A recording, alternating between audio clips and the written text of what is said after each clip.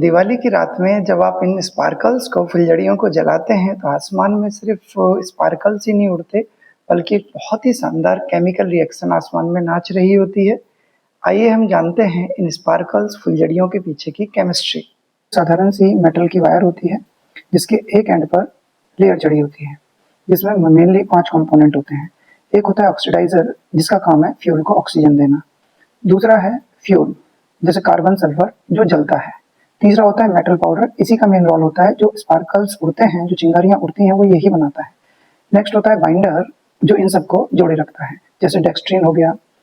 रंग देने वाले कंपाउंड होते हैं हमारे स्ट्रोंशियम रेड के लिए, बेरियम हरे के लिए और कॉपर नीले के लिए।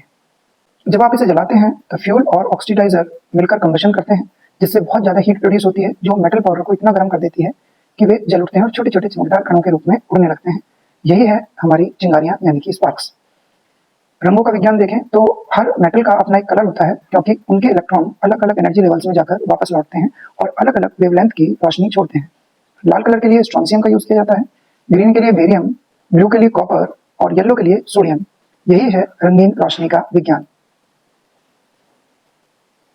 अब इसके पीछे सुरक्षा और संदेश क्या है? फुलझड़ी का तापमान लगभग 1000 डिग्री सेल्सियस हो जाता है तभी मेटल जल पाती है, इसलिए हमेशा इनसे दूरी बनाए रखें। असली रोशनी वो है जो ज्ञान और सुरक्षा दोनों को साथ लेकर चले। जैसे फुलझड़ी अपनी रोशनी बांटती है वैसे ही हमें भी अपने भीतर की अच्छाइयाँ बांटनी चाहिए। तो अगली बार जब दीपावली पर फुलझड़ी जलाएं तो याद रखिए उसमें सिर्फ आग नहीं बल्कि साइंस की चमक और जीवन का संदेश दोनों छिपे हैं।